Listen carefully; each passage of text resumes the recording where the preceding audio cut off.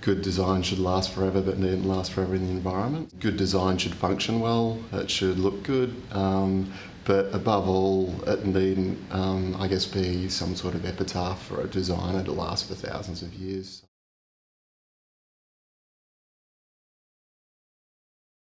The three designs, the Costello seat, the Constellation pendant light, and the Leviathan pendant light, they all use bamboo. And my reason for using bamboo, this is going back to 2007 when I exhibited in Milan at the Salon Socialite, was that I really wanted to showcase, an environmentally aware material. And at the time, there was only myself and Henrik Tejeby who were using bamboo in high-end applications. And I'd visited the Salon de Mobile back in 2004, and I found there was quite a lot of mass-produced, synthetic materials that were used in the products that were being exhibited. And so having the opportunity to actually exhibit it as part of the emerging designer element of the fair, I really wanted to differentiate myself in the marketplace, as well as highlight the issue to do with, the overuse of synthetic materials within the furniture industry. And for me, using bamboo, again, it was underutilised. It was seen as a lowly material with quite, Gilligan Island-esque connotations, and it wasn't taken too seriously. So it's similar to a graphic designer using brush script as a font.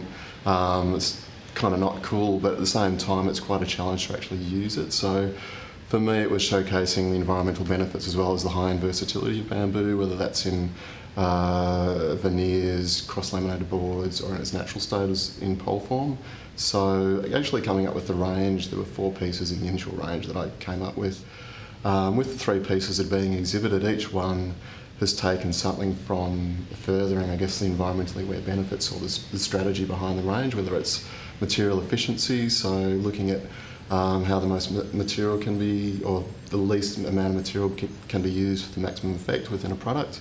So with the Constellation pendant light, there's all straight components that are utilised within it, and it's also a flat packable piece. And there's no gluing, it's all slot together construction. And the piece is designed to actually look at creating, minimal diffusion as a light, so it can be displayed where there's, say, mezzanine levels, on 2 levels within a space, such as the Asia Pacific Design Library within the Queensland State Library. And with the Costello seat, looking at that design, it was actually designed to be ply moulded initially, and just due to the initial, production or prototype costs, I found CNC production at the time, and it's basically made up of herringbone shape, so a right angle. So it's all, again, about material efficiency, and these are glued at 2 points, and then all the square shapes are placed together. And so again, it's all about creating pieces which are visually interesting, but essentially there's not a complex, but a more involved conceptual element to them, whether it's to do with production or looking at material, or whether it's to do with energy in the pieces as well.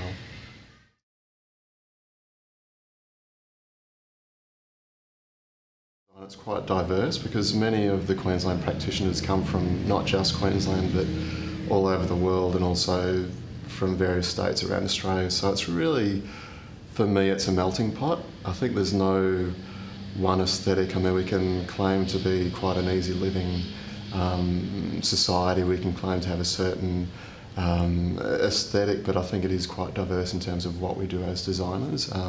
For me, I don't tend to pigeonhole what Queensland designers do, because a lot of us exhibit internationally as well as domestically. So I think we also take a lot on board because we are quite well travelled in terms of inspiration from the places that we visit and what we bring back to Queensland. So within the last few years, I'd say that Queensland has developed quite extensively in terms of, the multicultural aspects that are embedded into, whether it's furniture design or craft or a whole range of different creative disciplines and industries.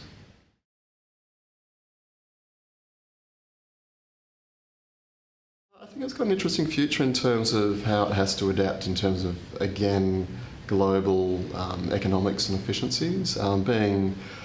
Having exhibited overseas, I think the one thing that I've learned is how to actually travel with the work that you do. So in other words, whether it's looking at reducing embodied energy or the carbon impact or looking at the cost reduction to do with exhibiting internationally as a designer. So it's really looking at how to do things in a smart way, so not just designing things for the sake of designing things, but designing things so they can be global, so they can be travelled and toured.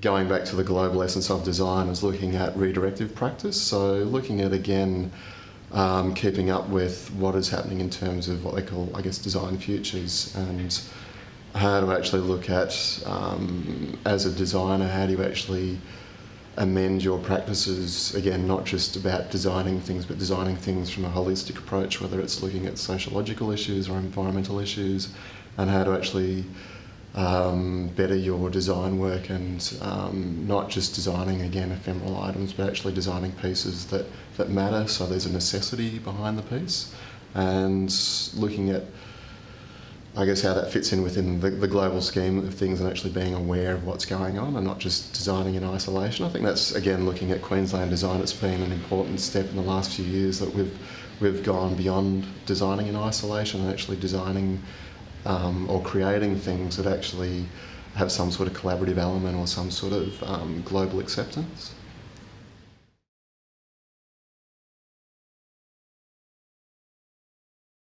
Queensland is quite pivotal in terms of our geographical location to the Asia Pacific region. So in terms of the collaborations that we have with, whether it's fellow designers or arts organisations, I think it's important where we are positioned. For me, using bamboo, I think it was quite pivotal because Queensland was at the time the only place where I could source the material in Australia.